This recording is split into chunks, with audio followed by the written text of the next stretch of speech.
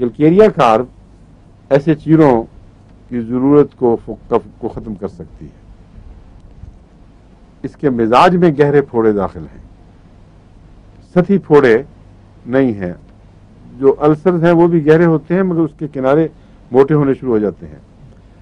جو پھوڑے عام سطح کے جو پھوڑے ہیں ان سے گہرے دکھائی دیں اندر کے مسلز کے، وہ کلکیریا کارب کے پھوڑے ہیں.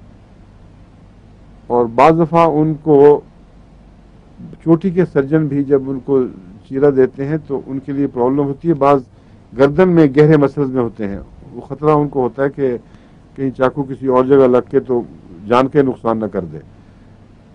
تو ڈیپ سیٹڈ پھوڑوں میں کلکیریا کارب ایک چوٹی کی دوا ہے.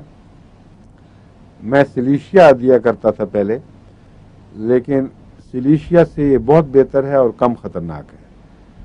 ڈیپ سیٹڈ پھوڑوں میں کلکیریا کارب مزاج درست کر کے تو بسا اوقات اس کو ویسے ہی غائب کر دے گی. پیپ بنانے کی ضرورت نہیں پڑتی. جی ہاں، پیپ کی ضرورت ہی نہیں پڑتی، چاقو کی بھی ضرورت نہیں پڑے گی، پیپ بھی نہیں بنے گی. از خود وہ اس کو گھلا دیتی ہے جیسا کہ ایک پھوڑا تھا اور اب نہیں ہے.